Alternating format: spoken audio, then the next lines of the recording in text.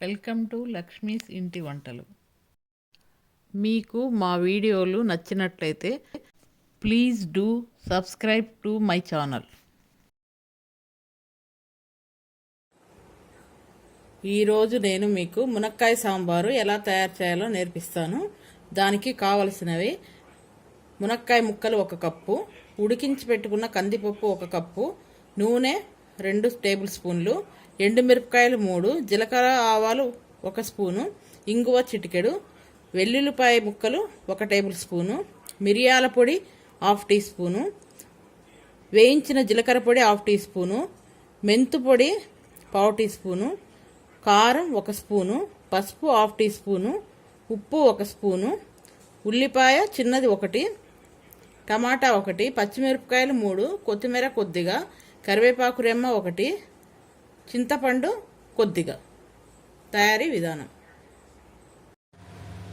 ముందుగా పొయ్యి వెలిగించి గిన్నె పెట్టి అది వేడి అయిన తర్వాత నూనె వేసుకోవాలి.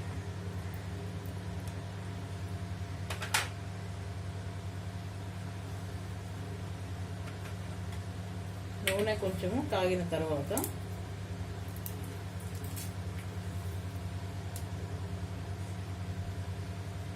ఆవాలు, జీలకర్ర, ఎండుమిరపకాయలు వేయాలి.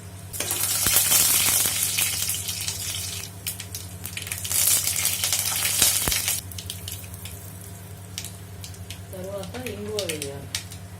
ఇంగువ వేసిన తర్వాత వెల్లుల్లిపాయ ముక్కలు వేయాలి.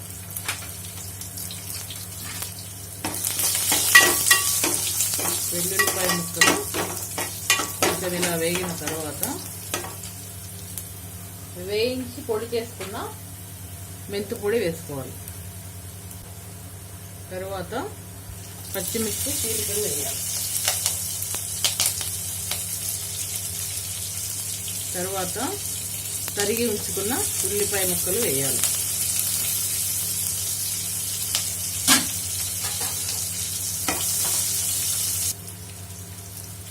తర్వాత శుభ్రంగా కడిగి ఉంచుకున్న మునక్కాయ ముక్కలు వేయాలి.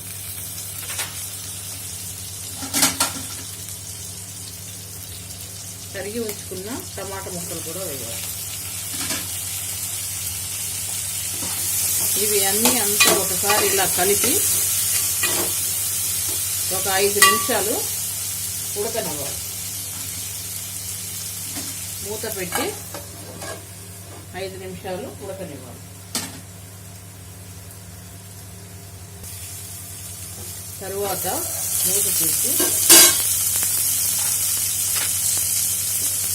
పసుపు,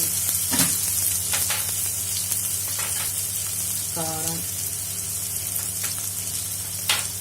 వేయించిన జీలకర్ర పొడి, మిరియాల పొడి,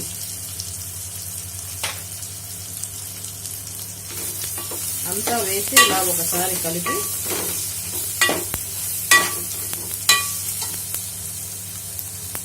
తగినన్ని నీళ్లు పోసి ముక్క మెత్తపడే వరకు మునక్కాయలను ఉడకనివ్వాలి.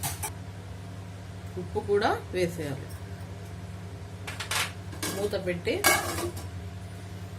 ముక్కలు మెత్తబడే వరకు ఉడకనివ్వాలి. 5 నిమిషాల తర్వాత ఒకసారి మూత తీసి మనం ఉడికించి పెట్టుకున్న కందిపప్పుని ఇందులో వేయాలి. వేసి అంతా ఇలా ఒకసారి కలపాలి.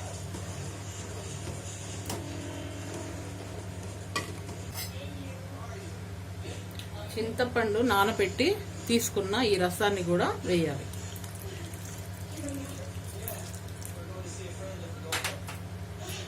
అంతా ఇలా ఒకసారి కలిపి మూత పెట్టి మరో 5 నిమిషాలు ఉడకనివ్వాలి. 5 నిమిషాల తర్వాత మూత తీసి తరిగి ఉంచుకున్న కొత్తిమీర కూడా వేసి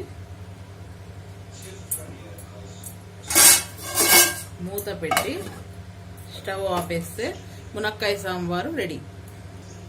ఈ సాంబార్ని ఒక సర్వింగ్ బౌల్లోకి తీసుకోవాలి.